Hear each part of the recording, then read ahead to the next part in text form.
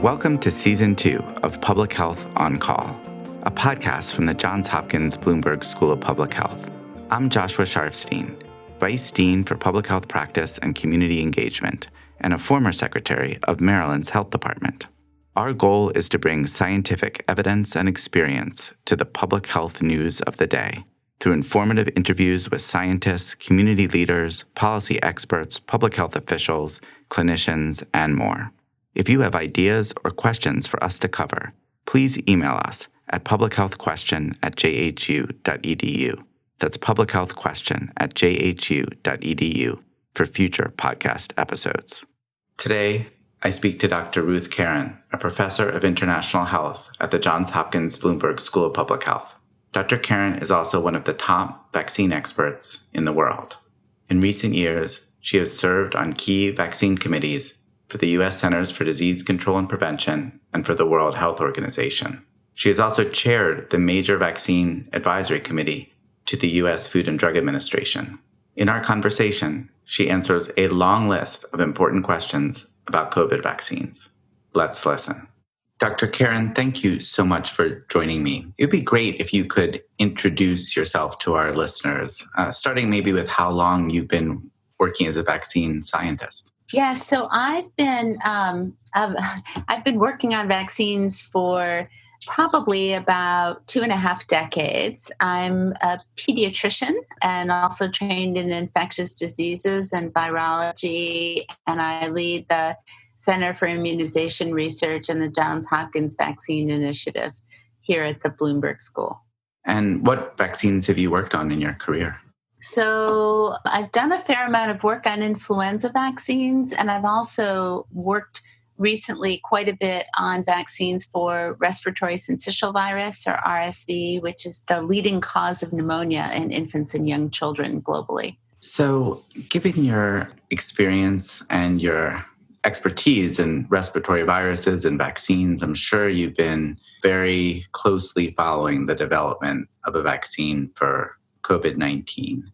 And so I'm going to start with the big question, which is, how close are we to a vaccine? Well, I think there are some very encouraging developments. As I think probably many people listening know, we have a few vaccines now that will go into phase 3 trials, which are also known as efficacy trials. So that means that those vaccines have passed certain goalposts, if you will, in terms of initial evaluations of safety and immune response, such that they can be evaluated in larger trials.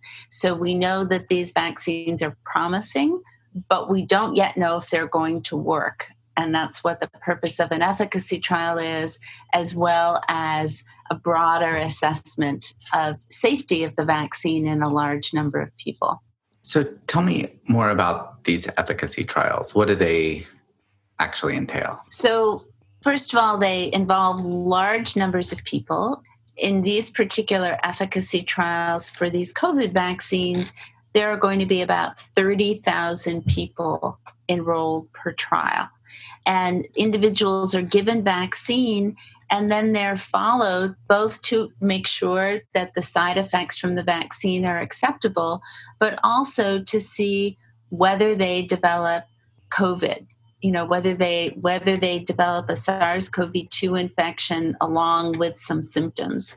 And then the rates, these are placebo-controlled trials, meaning that some individuals will get vaccine and some individuals will get placebo. And then the rates of disease will be compared in the people who got placebo and the people who got vaccine to determine the efficacy of the vaccine. So how successful does a vaccine have to be in one of these studies to be considered effective? So recently, the FDA issued guidance about the development of COVID vaccines. And the guidance that they issued to vaccine manufacturers, and of course this is a document that's available to the general public, is that a vaccine would need to be at least 50% effective, meaning that an individual who is vaccinated would be 50% less likely to get COVID disease, whatever the particular endpoint is that's measured in the trial, than individuals who weren't vaccinated. And I think this is a reasonable goal for a couple of reasons. One reason is that typically the more severe a disease is, the better chance a vaccine has of preventing that disease. So a vaccine that's 50% effective against mild COVID disease, which might be the endpoint that's measured in a clinical trial, or let's say any COVID disease, any evidence of infection with any symptom, which is how a lot of these trials are designed, might be even more effective against severe disease. The other reason that I think this is a reasonable goal is when you have a disease that's as prevalent as COVID. If we think about what the United States, for example, has experienced in the past several months in terms of severe disease and death, even if we were only able to cut those numbers in half, that would be a major achievement. Now, how long would you think a vaccine be effective for? So I can understand if you get 50% effectiveness or more, that's good news. But if it's only for a few months, then that's not such good news. How long do you think a vaccine would need to be effective for? And, what are your expectations on the duration of immunity? Well, I think time will tell for that. I think the short answer to that is we don't yet know. We don't, even the data that we have on the vaccine so far in smaller studies, we haven't yet had the opportunity to follow individuals for very long, because as you think about it, the very first people who got the very first vaccine were immunized in March. And so, it's only July. So we don't know very much about the durability of the immune response in people. I think our hope would be that it would be at least a year or more, and then maybe people might need boosters. It's also possible that a vaccine might not entirely protect against mild disease. So you might actually experience mild disease and then have a boost in your immune response, but not suffer severe disease. And I think from a public health perspective, that's really completely acceptable. If we turned a severe disease not into no disease, but even into mild disease, I think that would be a real victory. Got it. Now, let's talk about safety. What are they looking for in a 30,000 person study to figure out whether a vaccine is considered safe enough to use? Well, every person who's enrolled in the trial will complete information about the kinds of acute symptoms that you might expect following an injection, following a shot. So people will obviously need to provide information about swelling and redness and tenderness and around the site, and then fever and any other symptoms that they might experience in the short, let's say in the 3 to 7 days following vaccination. More long-term, I think people will also be looking to make sure that when COVID disease is experienced, there's not any evidence of more severe disease with vaccination. There was a lot of discussion as these vaccines were being developed of a concern about disease enhancement. And this is based on some animal models, not with COVID, not with SARS-CoV-2, but with other coronaviruses. We haven't seen any evidence of enhanced disease thus far, and I think there are a number of scientific reasons why we don't think it should occur with these vaccines. But of course, it's something that we would watch for very carefully, just as we watch for any other safety signal.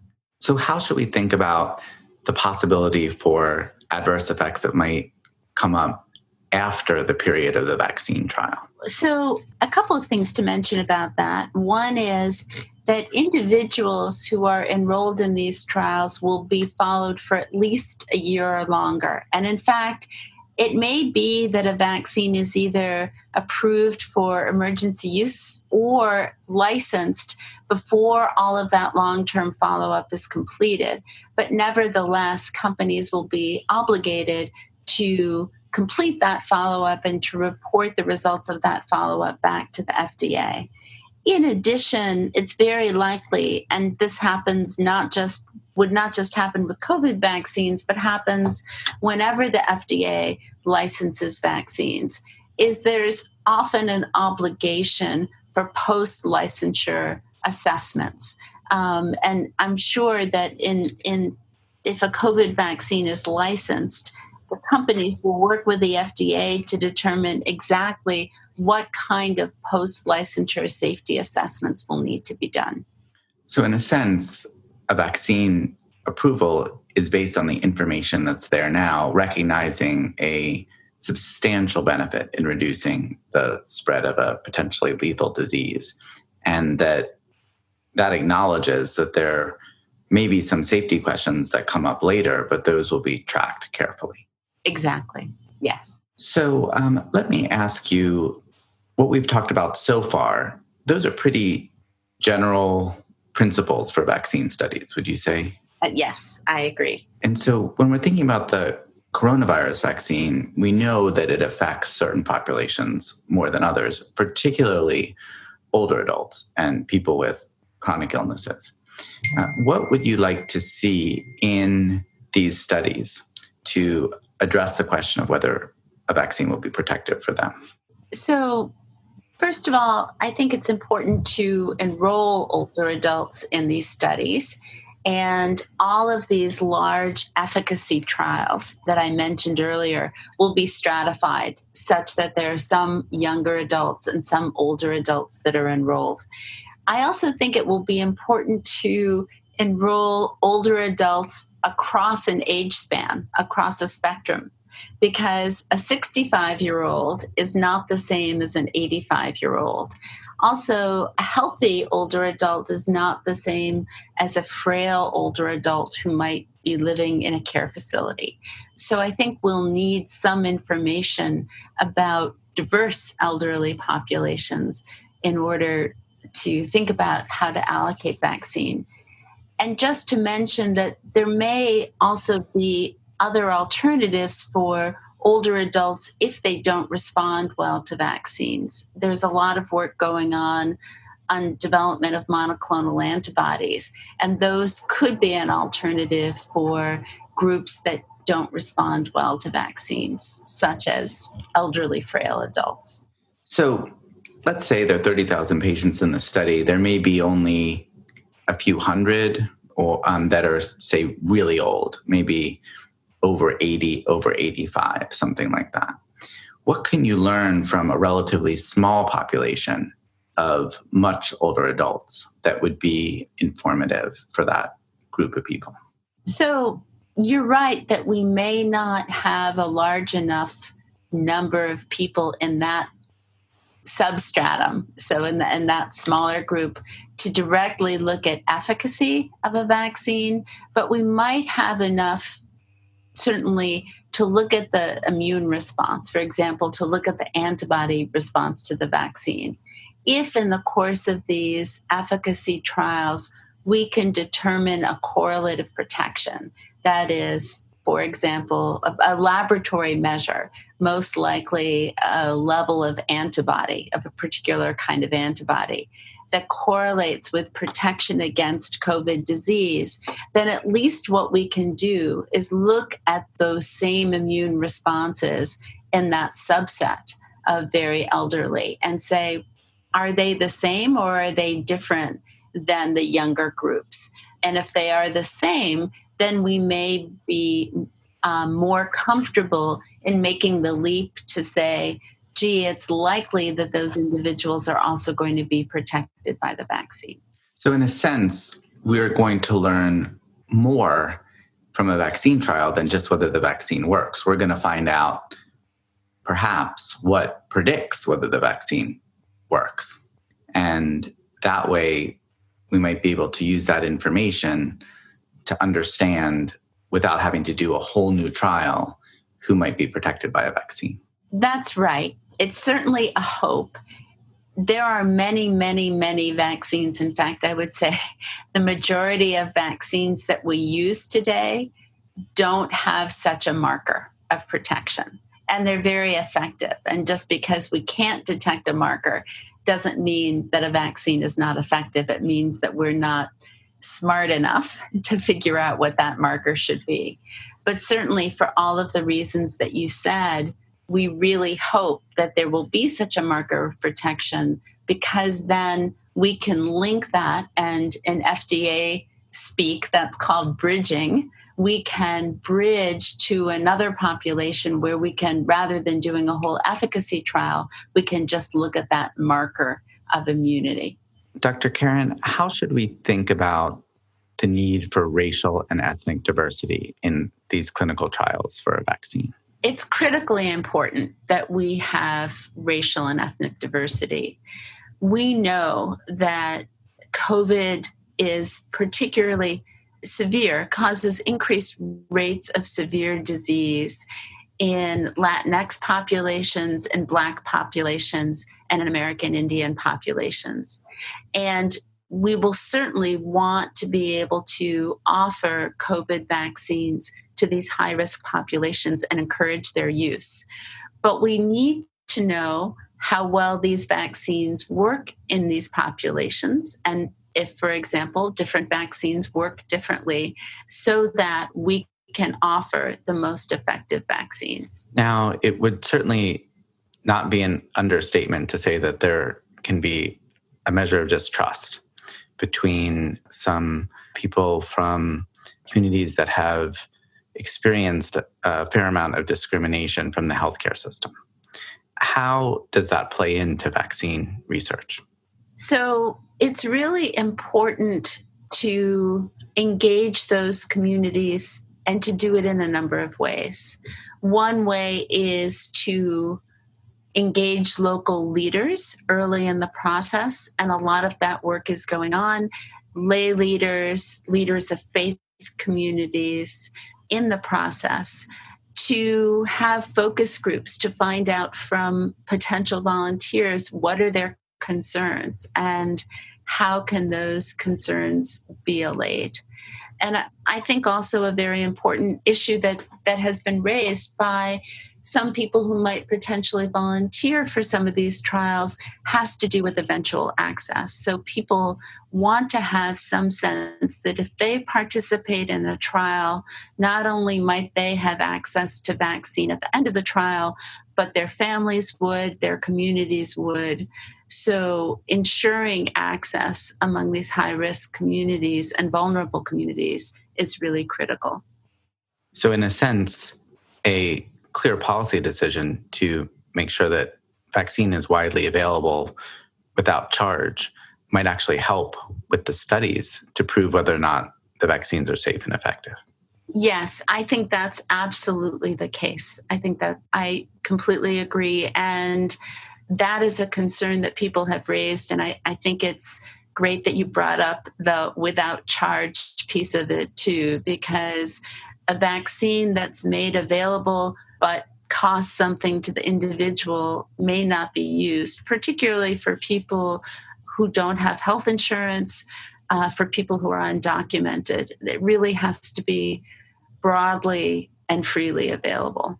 Got it. Well, I want to talk about maybe some other specific populations. One that comes to mind is pregnant women.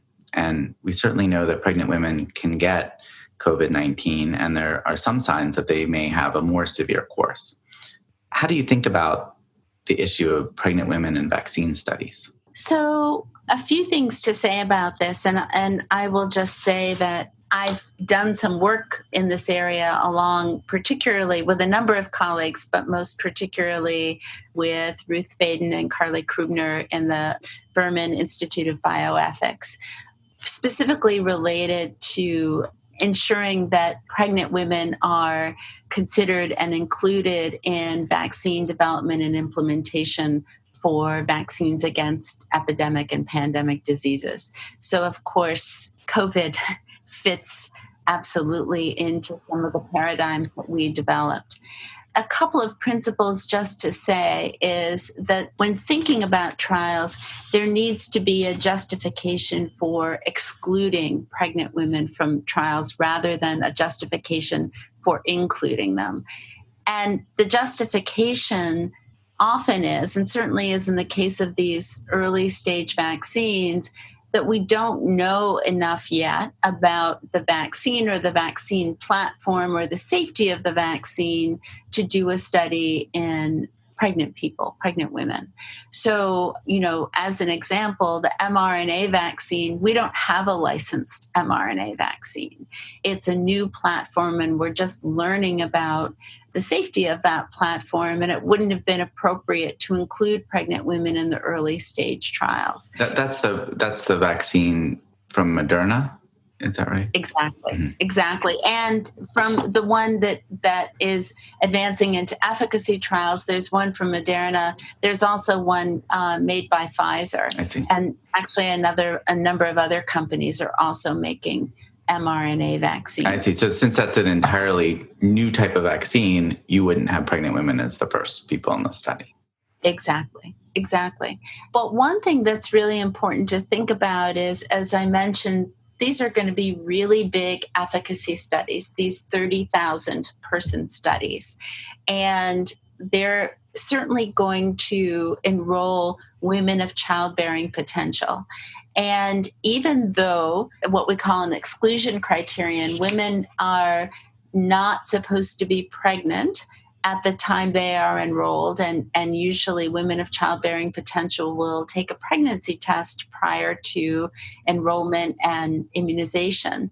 But even so, we know from previous experience that it's quite likely that some women will become pregnant in a month or 2 or 3 after immunization. It happens quite frequently. And so one thing that we do think is important is for companies and the government to anticipate that this will be the case and to think about how they will systematically collect data from women who do become pregnant during these trials. The data need to be interpreted cautiously because pregnant women aren't being formally randomized, and we don't have that kind of trial design. But yet, I think there are important things that could be learned, and it's important to think now about how to collect those data. And then down the road, it's also important to think about how pregnant women could be directly included in both in trials and ultimately in deployment of vaccines. So for pregnant women, it's very much a one step at a time. Yes. What about for young children who, as we know, are much less likely to get severe disease? Would your approach to clinical trials be different for them than for older adults, say? Yes, I think we need to learn about a bit more about the epidemiology in children. Certainly, fortunately, children do not seem to suffer from acute COVID disease at the rates that adults do. Very fortunate thing. I think we need to learn more about that. And I think we also need to learn from our trials in adults before we make decisions about how and whether children will be included in vaccine trials. Got it. Now, once we have a vaccine, we made it through these various stages and we're ready to start immunizing people outside of a pure clinical trial. How far along the spectrum are we to really getting the benefit of a vaccine? How much of all the work of vaccination is developing the vaccine compared to what comes next? Well, it would be hard for me to give you a percentage, but the best vaccine in the world won't work if it isn't used. And use has really 2 parts to it. One is availability and access. And the other part, of course, is acceptance. And so we need to think about what kind of an infrastructure we should be planning now for what we're going to need to put in place in order to be able to deliver this vaccine, certainly to all adults, at a minimum over time, and we'll set priorities. Not everybody is going to get vaccine all at once, but certainly over time, we will expect that all adults will receive vaccine, and perhaps children. So we need to have systems in place that can deliver vaccine. And at the same time, we need to make sure that vaccine is acceptable. We need to communicate the importance of vaccination to the public and address their concerns so that we can not only be able to deliver vaccine, but have vaccine be accepted by the public. So there's a lot of work still to be done, but viewed another way, this isn't science fiction. We're really on a path to a vaccine for a brand new infectious disease. Yes, I completely agree, Josh. I mean, if you think back to the fact that in January, we barely knew what this virus was. And here we are 7 months later, embarking on efficacy trials. It's really a remarkable accomplishment. We have a lot to do yet, as we've talked about, and in the time that we're doing these things, that we're assessing the efficacy of vaccines and making sure that they can be delivered to the public, people really need to stay safe and to do all of the things that we've been encouraging them to do all along. But I think we are well on our way to developing vaccines, not only for people in the United States, but my hope is for people all over the world. Well, that's fantastic. And thank you so much, Dr. Karen, for spending so much time with me today. Really my pleasure. Public Health on Call is produced by Joshua Sharfstein, Lindsay Smith-Rogers, Stephanie Desmond, and Lamari Morales. Audio production by Spencer Greer, Niall Owen McCusker, Cian Oates, and Matthew Martin, with support from Chip Hickey. Distribution by Nick Moran. Thank you for listening.